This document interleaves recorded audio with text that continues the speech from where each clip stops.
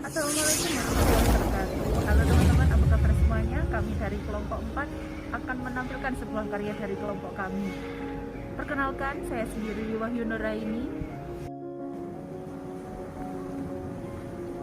Saya Lailatul Fadilah. Saya Afiani. Hai, saya Muhammad Lutfi. Bantuan hidup lanjut sendiri itu adalah suatu tindakan berkelanjutan post pasien cardiac arrest atau ROSC sebelum pasien ditransport ke ruang ICU atau ke HCU untuk penata laksanaan perawatan lebih lanjut. Untuk tujuannya yang pertama yaitu memastikan airway bebas atau jalan nafas paten serta target oksigen lebih dari 92-95%. Dan untuk tujuan yang kedua yaitu memberikan oksigenasi yang adekuat ke otak, jantung, dan organ vital lainnya. Dan yang ketiga, menjaga dan mempertahankan hemodinamik stabil sebelum pasien dilakukan transportasi. Untuk persiapan alatnya adalah yang pertama oksigen, mesin suction, troli ECG, mesin DC shock atau defibrilator bila tersedia AED bisa menggunakan AED, obat-obatan emergensi, cairan termasuk cairan kristaloid maupun koloid, artificial airway, mayo, ETT, Jackson List, BVM maupun NRBM. Ini adalah alat-alatnya. Untuk persiapan lingkungan, amankan lingkungan, aman petugas, aman pasien. Cek kesadaran. Pak. Namanya siapa, Pak? Asal sadar. Asal sadar, kepasangan NBM 10 LPM saturasi 98%. RB bebas oksigenasi ada kuat, hemodinamik stabil, tensi 170/80, nadinya 75. Lakukan stabilisasi pasien transportable bisa dilakukan. Sadar post ROSC, periksa keadaan pasien secara berkala dan teratur yang meliputi patensi jalan nafas serta hemodinamik. Pastikan airway bebas, oksigenasi adekuat, hemodinamik stabil, hingga bisa dilakukan transportasi ke ruang perawatan. Oksigen berapa? 84. Pasien berguling. Lakukan suction. Bebaskan jalan nafas bila terjadi sumbatan parsial atau sumbatan total. Lakukan suction bila terdengar gargling dan berikan hiperoksigenasi sehingga mencapai target saturasi 92-95%. Pertahankan oksigenasi adekuat ke jaringan menggunakan NRBM 6-15 liter dengan fraksi oksigen 55-90%.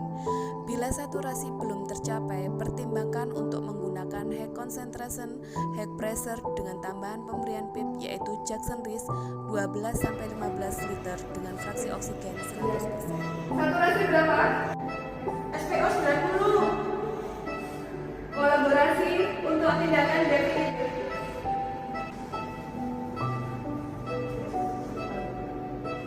Ada paten terpasang ETT, saturasi 98 mg. Benar.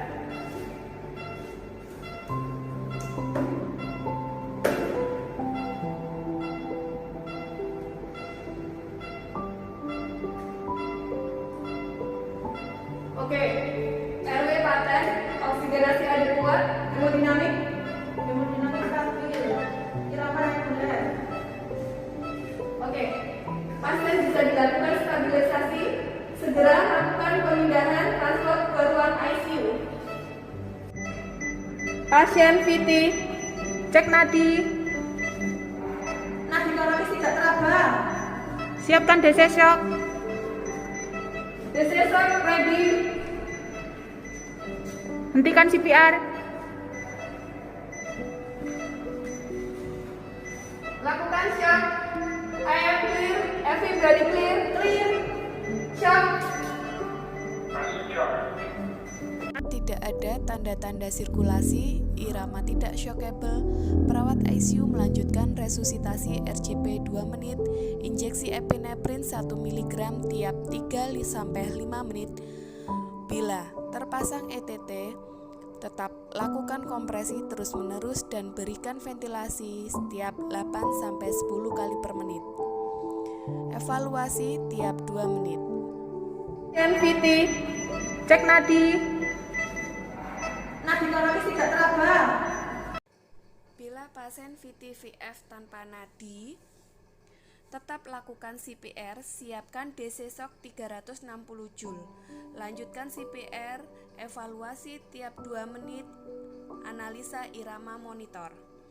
Bila masih VT-VF tanpa nadi, lanjutkan CPR, siapkan DC shock, lakukan shock 360 Joule. Lanjutkan CPR, injeksi epinefrin 1 mg, flushing dengan NS. Evaluasi monitor tiap 2 menit, cek nadi karotis. Bila masih terjadi VT-VF tanpa nadi, lakukan masuk injeksi amiodaran 300 mg, kemudian flushing setiap 2 menit. Kemudian jika masih VT-VF tanpa nadi, lakukan RJP, siapkan DC shock 360 Joule, lanjutkan shock, kemudian RJP, masukkan kembali injeksi epinefrin 1 mg, flushing NS, evaluasi irama monitor dan nadi karotis tiap 2 menit. Jika masih terjadi VT-VF tanpa nadi, lanjutkan shock, kemudian RJP, masukkan injeksi amiodaran 150 mg, kemudian flushing. Setelah 2 menit, stop RJP, evaluasi irama monitor, cek nadi karotis, hingga pasien bernafas kembali dan nadi teraba kuat.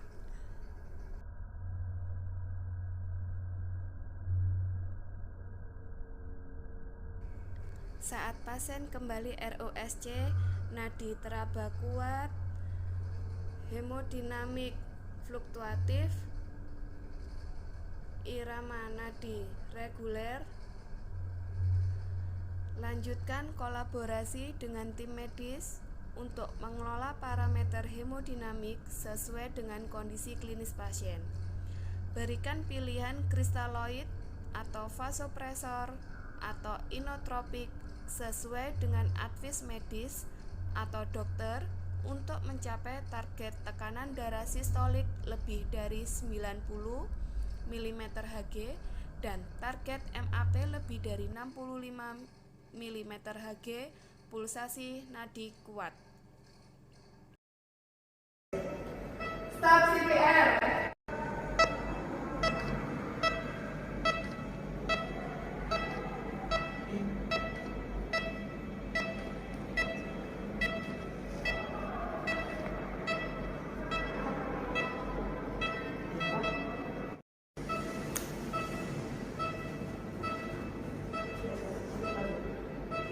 Ada paten terpasang ETT, saturasi 98 unbreaking.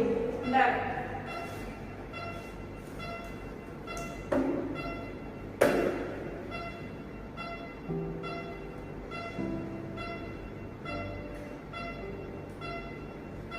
Oke, RW paten, oksigenasi adekuat, hemodinamik.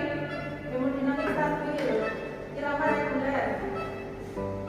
Oke, pasien bisa dilakukan stabilisasi. Segera lakukan pemindahan transport ke ruang ICU.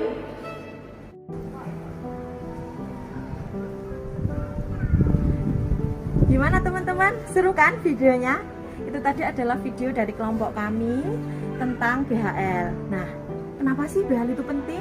Kita sebagai perawat critical care harus bisa dan menguasai apa itu BHL. Karena BHL itu sendiri adalah bantuan hidup lanjut pasien post cardiac arrest atau ROSC sebelum transport ke ICU atau HCU untuk penata laksanaan lebih lanjut.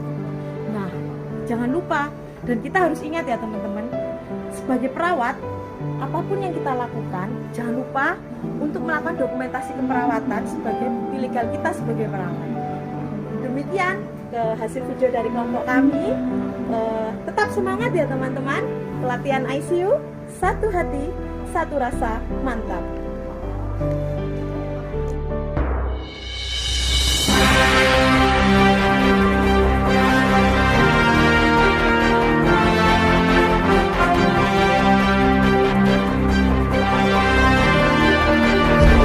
Ompong mengerang rantai budal mandor nyusah Tuyo gundul kesana kesering ngampek kendul Dan kedua tela-telo tampak leyo Serangkau jalannya miring-miring Edo yang belum selesai menakun nong Cino